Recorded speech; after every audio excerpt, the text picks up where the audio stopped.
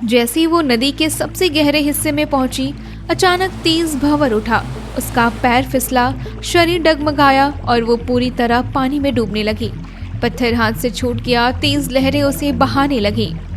हे भगवान, भैया, माँ! उस पल पानी के भीतर एक तेज चमक फैली, जैसे बिजली कौंध गई हो। नदी की लहरें अचानक शांत होने लगी और किसी अनदेखी शक्ति ने काजल को अपनी मजबूत हाथों में थाम लिया।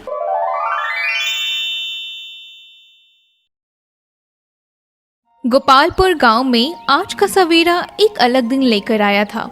गांव के लोग अपने अपने काम पे जा रहे हैं और पंछी अपने घोंसले से निकलकर दाने की तलाश में जा रहे हैं। लेकिन उसी गांव में सुबह की हल्की ठंडक एक टूटी हुई झोपड़ी के अंदर तक उतर आई थी। बाहर से मुर्गे की बांग, मंदिरों की घंटी और दूर से आती बैलगाड़ी की चरमराहट मिलकर गांव की एक आम की सुबह का एहसास करा रही थी। लेकिन इस झोपड़ी के अंदर हालत कुछ और ही कहानी सुना रहे थे। यहाँ गरीबी, बीमारी और बेबसी एक साथ सांसें ले रही थी और इन्हीं सांसों के बीच दो मासूम जिंदगियां हर दिन खुद को टूटने से बचाने की कोशिश कर रही थी। भैया, क्या सच में सुबह हो गई है? मुझे बाहर से तो बहुत सारी आवाज़ें आ रही हैं। हवा कुछ ठंडी लग रही है। क्या मौसम बदलेगा? अगर बारिश आ गई तो लकड़ियाँ गीली हो जाएंगी, फिर चूल्हा कैसे जलेगा? माँ की दवा कैसे बनेगी? मुझे समझ नहीं आता, हर दिन इतना घबराया क्यों रहता है। लगता है जैसे कोई अनजाना डर हर पल हमारे चारों तरफ घूम रहा हो। काजल, तू बेवजह चिंता करती है। सुबह बिल्कुल साफ है। आसमान में बस हल्के बादल हैं। बारिश नहीं होगी, और अगर हो भी गई तो मैं किसी न किसी तरह इंतजाम कर ही लूंगा। तू बस माँ का ध्यान रख। तेरी यही आवाज मुझे रोज उठने की ताकत देती है, वरना इस हाल में मैं कब का हार मान चुका होता।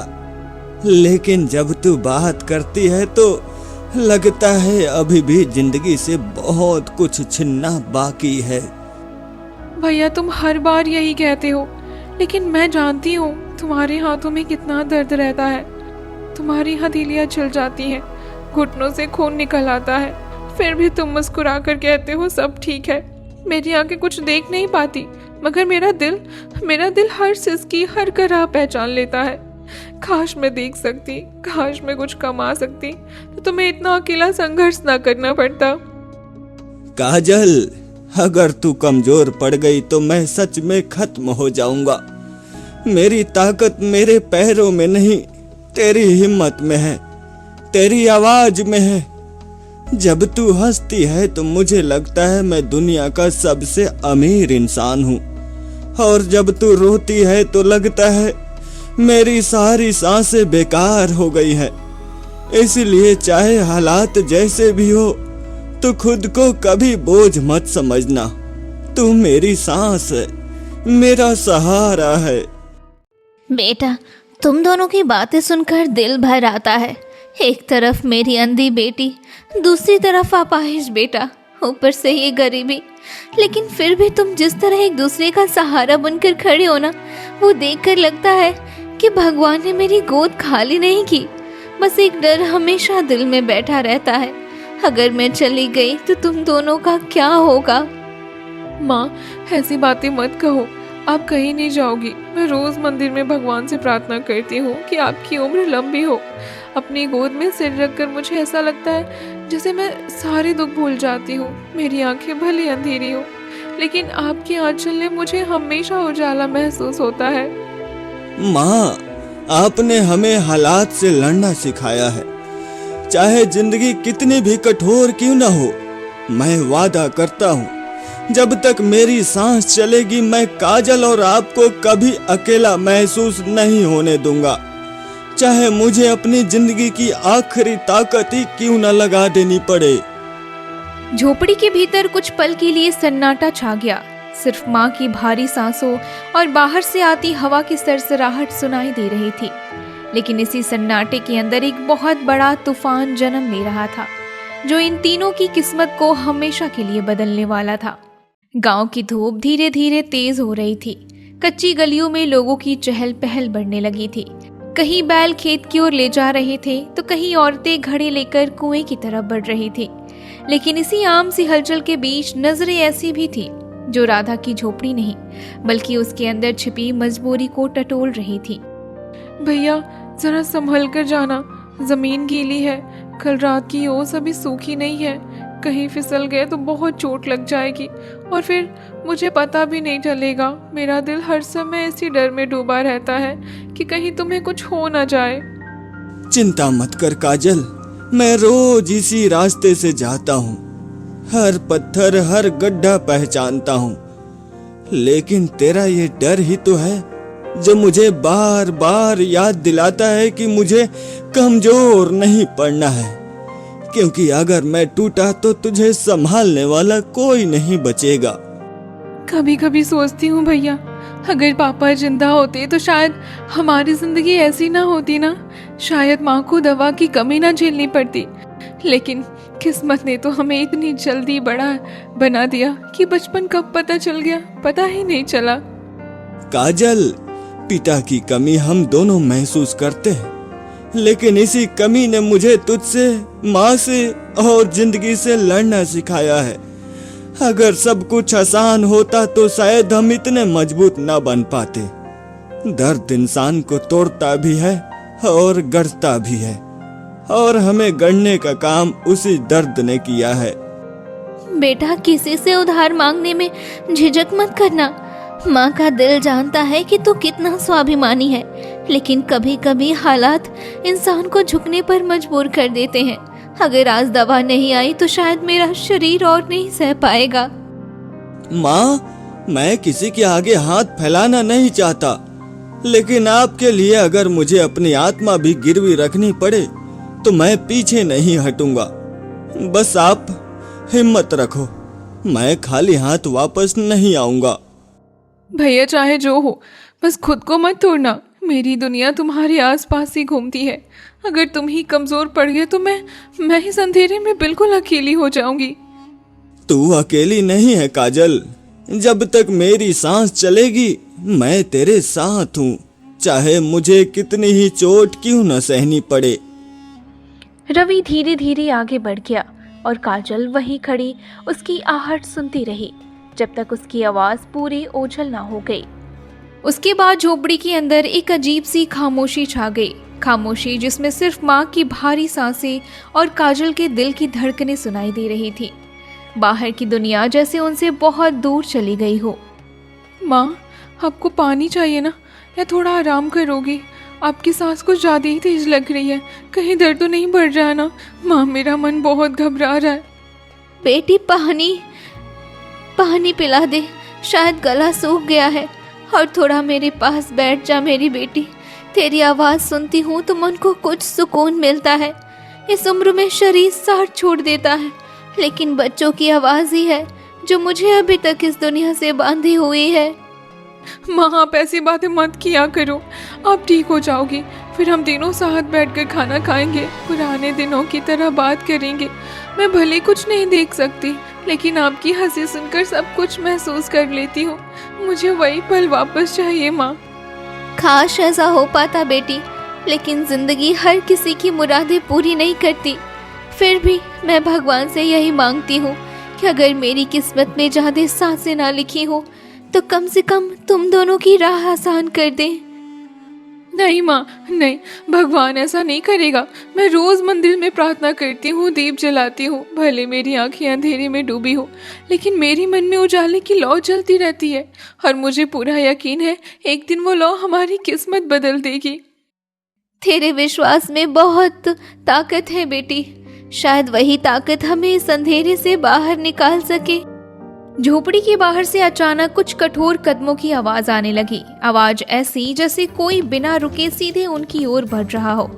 काजल चौंक गई और उसका दिल जोर से धड़क उठा, क्योंकि उस झोपड़ी तक आने वाला हर इंसान या तो मदद मांगने आता था या फिर ताना देने।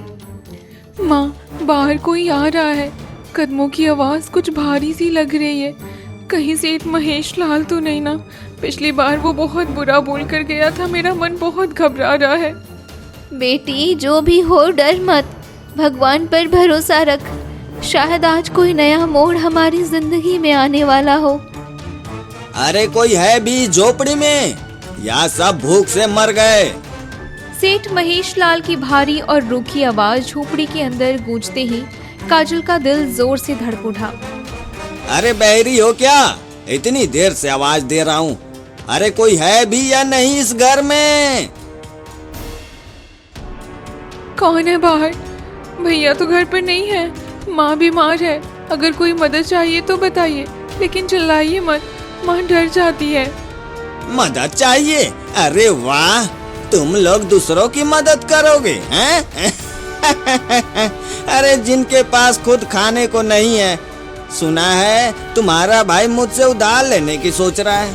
अरे तो मैंने खुद आकर देख लिया कि हालत कितनी खराब है। सेठ जी, अगर आप कुछ पैसे उधार दे सके तो हमारी बड़ी मदद हो जाएगी। मेरी दवाइयाँ खत्म हो गई है। बेटा रोज मेहनत करता है, धीरे धीरे चुका देगा। धीरे धीरे चुका देगा? हैं? धीरे धीरे चुका देगा? अरे तुम्हें पता भी है तुम किससे बात कर रही हो? मैं कोई धर्मशाला नहीं चलाता जो मुफ्त में पैसे बांटता फिरूं। उधार चाहिए तो मेरी शर्तें माननी ही होगी। कैसी शर्त शेठ जी? हम गरीब सही, लेकिन मेहनत से कमाकर सब चुका देंगे। बस माँ की दवा के लिए थोड़ी पैसे की जरूरत है। शर्त बहुत आसान है। मैं 5,000 दूंगा, लेकिन बदले में तुम्हारी झोपड़ी के कागज मेरे पास रहेंगे और हर महीने 2 गुना ब्याज देना होगा। अगर समय पर पैसा नहीं लौटा पाए तो ये झोपड़ी मेरी। हाँ। ये कैसी शर्त है सेठ जी? ये हमारी इकलौती छत है, इसे कैसे गिरवी रख दे? तो फिर मुझसे मदद की उम्मीद मत रखो। मैं भी अपने फायदे के बिना एक कदम भी नहीं चलता। सेठ जी, हमारी मजबूरी समझिए। मेरी आंखें नहीं है, भाई चल नहीं सकता, माँ बीमार है। हमारे पास खाने को कुछ भी नहीं, सिर्फ ये झोपड़ी है। अगर ये भी चली गई तो हम सड़क पर आ जाएंगे। सड़क पर आ जाओ, मुझे क्या? दुनिया में रोज हजारों लोग सड़क पर आते हैं, किसी का आसमान नहीं टूटता। सोच लो अच्छी तरह, मैं शाम तक का बखत देता हूँ। और उसके जाते ही झोपड़ी में ऐसा सन्नाटा छाया जैसे किसी ने सांसें रोक दी हो। माँ, ये आदमी बहुत डरावना है। इसकी बातों में जहर भरा है। अगर भैया मान गए तो हमारी जिंदगी और भी अंधेरी हो जाएगी। बेटा क्या करे, बिना दवा की मेरी हालत और बिगड़ जाएगी। और अगर मैं चली गई तो तुम दोनों का क्या होगा? कभी कभी माँ को अपने बच्चों के लिए खुद को कुर्बान करना पड़ता है। माँ, आप ऐसी बातें मत कीजिए ना। मैं कुछ ना कुछ रास्ता निकालूंगी। भले मेरी आंखें कुछ ना देख सके, लेकिन मेरा दिल रास्ता ढूंढ लेगा। माँ, काजल, क्या हुआ? तुम दोनों इतनी घबराई हुई क्यों लग रही हो? क्या कोई आया था? भैया, सेठ महेश लाल आया था। बहुत बुरा बोल कर गया है। कह रहा था अगर उधार चाहिए तो झोपड़ी गिरवी रखनी होगी और दुगना ब्याज देना होगा। क्या? उस लालची आदमी की इतनी हिम्मत! वो जानता है हमारी मजबूरी और उसी का फायदा उठाना चाहता है। बेटा हालत बहुत खराब है। दवा के बिना मेरा शरीर जवाब दे रहा है। अगर सेठ से पैसे ना लिए तो शायद इलाज भी ना हो पाए। माँ, आपकी जान से बढ़कर कुछ नहीं। चाहे मुझे अपनी आत्मा गिरवी रखनी पड़े, मैं ये शर्त मान लूंगा। नहीं भैया, ये गलत है। अगर झोपड़ी चली गई तो हम कहाँ जाएंगे? मैं अंधी हूँ, तुम चल नहीं सकते, सड़क पर कैसे जिएंगे? काजल, अगर माँ ही नहीं रही तो ये झोपड़ी किस काम की? माँ जिंदा रहेगी तभी हमारा घर है। भैया मुझे कुछ समय दो ना, मैं मंदिर जाना चाहती हूँ। शायद भगवान कोई रास्ता दिखा दे। मेरा दिल बहुत बेचैन है। ठीक है काजल, लेकिन ज्यादा देर मत करना। मेरी सांसें तुम्हारी आवाज पर ही टिकी रहती है। काजल अपनी लाठी टटोलते हुए बाहर निकल पड़ी। उसके कदम कांप रहे थे, जैसे दिल में एक अजीब सी उम्मीद जाग रही थी, जैसे कोई अनदेखी शक्ति उसे आगे बढ़ने के लिए बुला रही हो। रास्ते में धूप तेज हो चुकी थी। गांव के लोग उसे देखकर फुसफुसाने लगे। कोई दया से देख रहा था तो कोई ताना मार रहा था। लेकिन काजल बिना रुके आगे बढ़ती रही, क्योंकि आज उसे सिर्फ भगवान की शरण चाहिए थी। हे भगवान, मेरी आंखों में अंधेरा लेकिन मेरे दिल में रोशनी बची है। मेरे भाई और माँ के लिए कुछ कर दो। मैं खुद के लिए कुछ नहीं मांगती, बस उनकी तकलीफ कम कर दो। मंदिर की सीढ़ियां चढ़ते हुए उसका पैर अचानक फिसल गया। वो गिरते गिरते बची। तभी किसी ने उसका हाथ थाम लिया। स्पर्श में अजीब सी गर्माहट थी और अपनापन भी था। बेटे, संभल कर, अंधेरे में रास्ता और भी कठिन हो जाता है, लेकिन हौसले की लौ हो तो मंजिल खुद चलकर पास आती है। कौन है आप? आपकी आवाज में तो बहुत सुकून है। ऐसा लग रहा जैसे कोई अपना बोल रहा है। मैं वही हूँ जिसे तुम दिल से पुकार रही हो। अगर तुम्हारा विश्वास सच्चा है तो तुम्हारी किस्मत का दरवाजा आज खुल सकता है। मंदिर की सीढ़ियां पर खड़ी काजल का पूरा शरीर कांप रहा था। उसके कान उस रहस्यमयी आवाज को पकड़ने की कोशिश कर रहे थे। दिल जोर जोर से धड़क रहा था, जैसे कोई अदृश्य शक्ति उसकी किस्मत की डोर अपने हाथों में लेने वाली हो। चारों तरफ धूप थी, शंख और घंटियों की आवाज गूंज रही थी, लेकिन उसके लिए उस पल पूरी दुनिया ठहर सी गई थी। आप कौन हैं? मुझे दिखाई तो कुछ नहीं देता, लेकिन आपकी आवाज में ऐसा अपनापन है जो वर्षों से मैं लग रहा है जानती हूँ। क्या सच में भगवान ने मेरी पुकार सुन ली? बेटी, भगवान हर पुकार सुनते हैं, लेकिन हर किसी की किस्मत एक जैसी नहीं होती।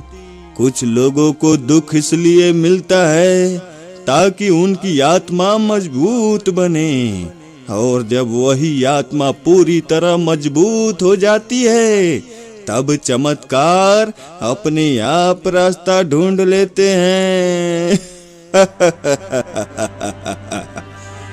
अगर सच में आप भगवान की ओर से आए हैं तो मेरी एक ही विनती है, मेरे भाई और मेरी माँ को बचा लीजिए। मैं अपनी आंखों की रोशनी भी देने को तैयार हूँ। बस मेरे भैया को चलने की ताकत और माँ को जिंदगी दे दीजिए। बेटी, जो त्याग करना जानता है वही सबसे बड़ा धनवान होता है। तुम्हारा दिल बहुत शुद्ध है और यही शुद्धता तुम्हारी सबसे बड़ी पूंजी बनेगी। लेकिन हर वरदान एक परीक्षा के बाद ही मिलता है। कैसी परीक्षा? मैं हर परीक्षा के लिए तैयार हूँ। बस मुझे कोई रास्ता दिखा दीजिए। मेरा दिल बहुत थक चुका है, लेकिन अभी टूटना नहीं चाहता। मंदिर के पीछे एक पुराना पीपल का पेड़ है। उसके नीचे एक छोटा सा पत्थर रखा है। उस पत्थर को लेकर पास की नदी तक जाओ और नदी के सबसे गहरे हिस्से में उसे छोड़ आओ। यह काम रात के अंधेरे में करना होगा और किसी से एक शब्द भी नहीं कहना होगा। अगर तुम्हारा विश्वास डगमगाया तो रास्ता हमेशा के लिए बंद हो जाएगा। मैं अभी जाने को तैयार हूँ। मुझे अंधेरे से डर नहीं लगता, क्योंकि मेरी पूरी जिंदगी ही अंधेरे में गुजरी है। बस मुझे यकीन दिला दीजिए कि इससे मेरे अपने का भला होगा। यकीन ही तुम्हारी सबसे बड़ी ताकत है बेटी। जाओ और याद रखना, जो होना है वह तुम्हारे साहस से ही तय होगा। काजल ने कांपते हाथों से मंदिर की सीढ़ियां टटोली, धीरे धीरे पीछे की ओर बढ़ी।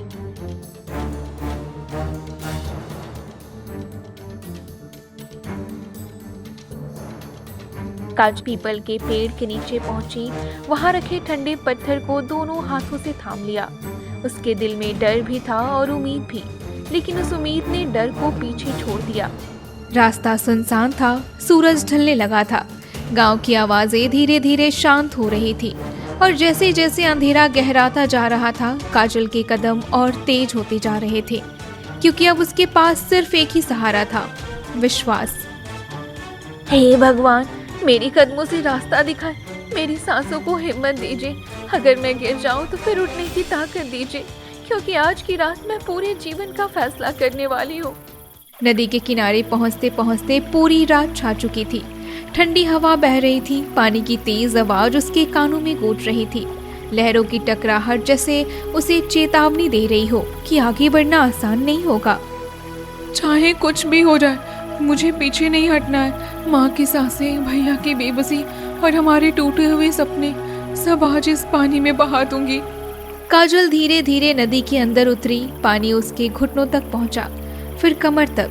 ठंड से उसका शरीर सिहर उठा, लेकिन उसने पत्थर को दोनों हाथों से कसकर पकड़े रखा। हर कदम पर उसका संतुलन डगमगा रहा था, लेकिन उसका हौसला अडिग था। बस थोड़ा और, बस बस, भगवान मेरा साथ मत छोड़ना। जैसे ही वो नदी के सबसे गहरे हिस्से में पहुंची, अचानक तेज भंवर उठा। उसका पैर फिसला, शरीर डगमगाया और वो पूरी तरह पानी में डूबने लगी। पत्थर हाथ से छूट गया, तेज लहरें उसे बहाने लगी। हे भगवान, भैया, माँ। उस पल पानी के भीतर एक तेज चमक फैली, जैसे बिजली कौंध गई हो। नदी की लहरें अचानक शांत होने लगी और किसी अनदेखी शक्ति ने काजल को अपनी मजबूत हाथों में थाम लिया। काजल को लगा जैसे उसका पूरा शरीर हल्का हो गया हो। उसके कानों में गूंजती वो पानी की आवाज धीमी पड़ गई। अगले ही पल उसे जमीन का स्पर्श हुआ। डर मत बेटी, तुम्हारी परीक्षा पूरी हुई। मैं जिंदा हूँ। क्या ये सच है या मैं कोई सपना देख रही हूँ? तुमने अपना डर जीत लिया, और जिसने डर को जीत लिया उसकी किस्मत को कोई नहीं रोक सकता। धीरे धीरे काजल की पलकों में एक अजीब सी हरकत हुई। उसकी आंखों में हल्की सी चुभन महसूस हुई और वर्षों बाद पहली बार उसने सामने हल्की सी रोशनी नजर आने लगी। मुझे कुछ दिखाई दे रहा है। ये रोशनी कैसी है? क्या मैं देख पा रही हूँ? तुम्हारी आंखों का अंधेरा खत्म हो चुका है बेटी, लेकिन ये तो सिर्फ शुरुआत है। असली चमत्कार अभी बाकी है। काजल की आंखों से आंसू बहने लगे। वो जमीन पर गिर पड़ी, दोनों हाथ जोड़कर सिसकने लगी। उसका दिल कृतज्ञता से भर गया था, लेकिन उसे याद आया कि घर पर माँ और भैया उसकी राह देख रहे होंगे। मुझे घर जाना है। अभी इसी वक्त मेरे भैया और मेरा माँ इंतजार कर रहे होंगे। मुझे ये खुशखबरी उन्हें देनी है। जाओ बेटी, जाओ। अब तुम्हारी राह आसान होगी, लेकिन याद रखना, ये वरदान तभी तक रहेगा जब तक तुम्हारा दिल शुद्ध रहेगा। काजल लड़खड़ाते कदमों से घर की ओर बढ़ चली। उसकी आंखों के सामने धुंधली सी तस्वीर बन रही थी, लेकिन हर कदम के साथ वो और साफ देखने लगी।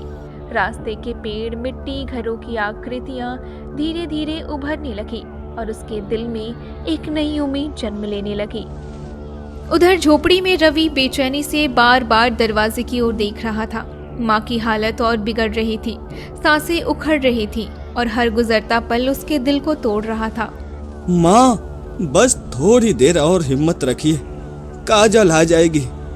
पता नहीं क्यों मेरा दिल बहुत घबराया हुआ है। ऐसा लग रहा है जैसे कोई बड़ी अनहोनी होने वाली है। बेटा, अगर कुछ भी हो जाए तो घबराना नहीं। जिंदगी दुख और सुख दोनों का नाम है, बस एक दूसरे का साथ मत छोड़ना। झोपड़ी के अंदर घुप अंधेरा था। सिर्फ एक बुझती हुई लालटेन की हल्की सी रोशनी दीवारों पर कांप रही थी। माँ की सांसें बहुत धीमी हो चुकी थी और रवि का दिल हर पल किसी अनहोनी की आशंका से कांप रहा था।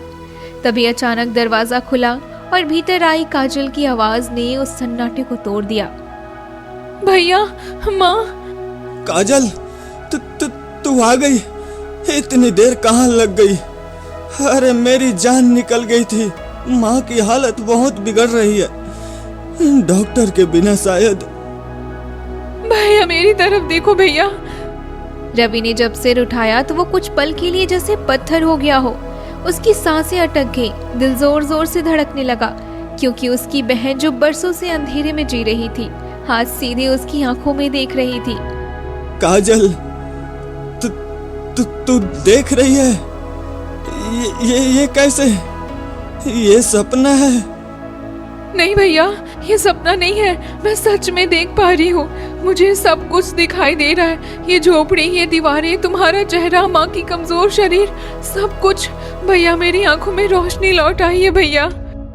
काजल, मेरी बच्ची, क्या क्या तू सच बोल रही है? क्या मेरी बेटी अब दुनिया देख सकती है? हाँ माँ, मैं देख सकती हूँ, मैं सच में देख सकती हूँ। हे भगवान, तूने मेरी झोली खुशियों से भर दी, मेरी मुराद पूरी कर दी भगवान। लेकिन ये कैसे हुआ काजल?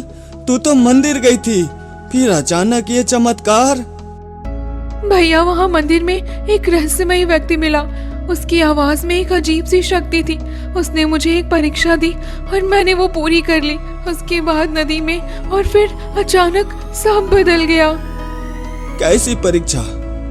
क्या तुझे कुछ हुआ तो नहीं? तू डूब तो नहीं गई थी? डूबी थी भैया, एक पल के लिए लगा सब खत्म हो गया, लेकिन फिर किसी ने मुझे थाम लिया और उसके बाद जैसे मेरी आंखों की नई जिंदगी उतर आई। भगवान ने तेरी किस्मत बदल दी बेटी, लेकिन मेरी हालत अब बहुत नाजुक है। शरीर जवाब दे रहा है मेरा अब। माँ, अब सब ठीक हो जाएगा। मैं अभी डॉक्टर को लेकर आती हूँ। अब मैं देख सकती हूँ, रास्ता पहचान सकती हूँ। किसी पर निर्भर नहीं रहना पड़ेगा मुझे। नहीं काजल, रात बहुत हो चुकी है, रास्ता सुनसान है, तुझे अकेले भेजना ठीक नहीं। भैया पूरी जिंदगी में दूसरों पर निर्भर रही, आज पहली बार अपने पैरों पर खड़े होने का मौका मिला है। मुझे जाने दो, माँ की जिंदगी का सवाल है। लेकिन भैया अगर आज मैं नहीं गई तो माँ को कुछ हो गया तो मैं खुद को कभी माफ नहीं कर पाऊंगी। काजल तेजी से झोपड़ी से बाहर निकली, अंधेरी गलियों में दौड़ती हुई डॉक्टर के घर की ओर बढ़ी। उसके कदम पहले से कहीं ज्यादा मजबूत थे और दिल उम्मीद से भरा था। उधर माँ की हालत लगातार बिगड़ रही थी, सांसें उखड़ रही थी और रवि अपनी बेबसी में बार बार भगवान से प्रार्थना कर रहा था। हे भगवान, मेरी बहन को सुरक्षित लौटा देना और मेरी माँ को बचा लेना। मैंने कभी आपसे कुछ नहीं मांगा, आज पहली बार हाथ जोड़ रहा हूँ। कुछ ही देर में बाहर फिर से तेज कदमों की आवाज आई। दरवाजा खुला और भीतर काजल के साथ डॉक्टर वर्मा दाखिल हुए। जल्दी करो, उन्हें सीधा लिटाओ, सांस बहुत कमजोर है, देर हुई तो मुश्किल हो जाएगी। डॉक्टर साहब, मेरी माँ को बचा लीजिए। मेरे पास पैसे नहीं हैं, लेकिन मैं जिंदगी भर आपका एहसान मानूंगा। अभी इन बातों का वक्त नहीं, पहले जान बचाना जरूरी है। डॉक्टर वर्मा ने तुरंत इंजेक्शन लगाया, दवा दी, ऑक्सीजन का इंतजाम किया। कुछ देर तक माहौल बेहद तनावपूर्ण रहा। हर पल ऐसा लग रहा था जैसे मौत और जिंदगी के बीच जंग चल रही हो। माँ, आंखें खोलो। माँ, मैं देख पा रही हूँ। माँ, आपकी बेटी अब देख सकती है। आप सुन रही हो ना? कुछ पल बाद माँ की सांसें थोड़ी स्थिर हुई और धीरे धीरे उसकी आंखें खुली। काजल, तू तू तू सच में देख रही है? हाँ माँ, आपकी दुआ रंग लाई।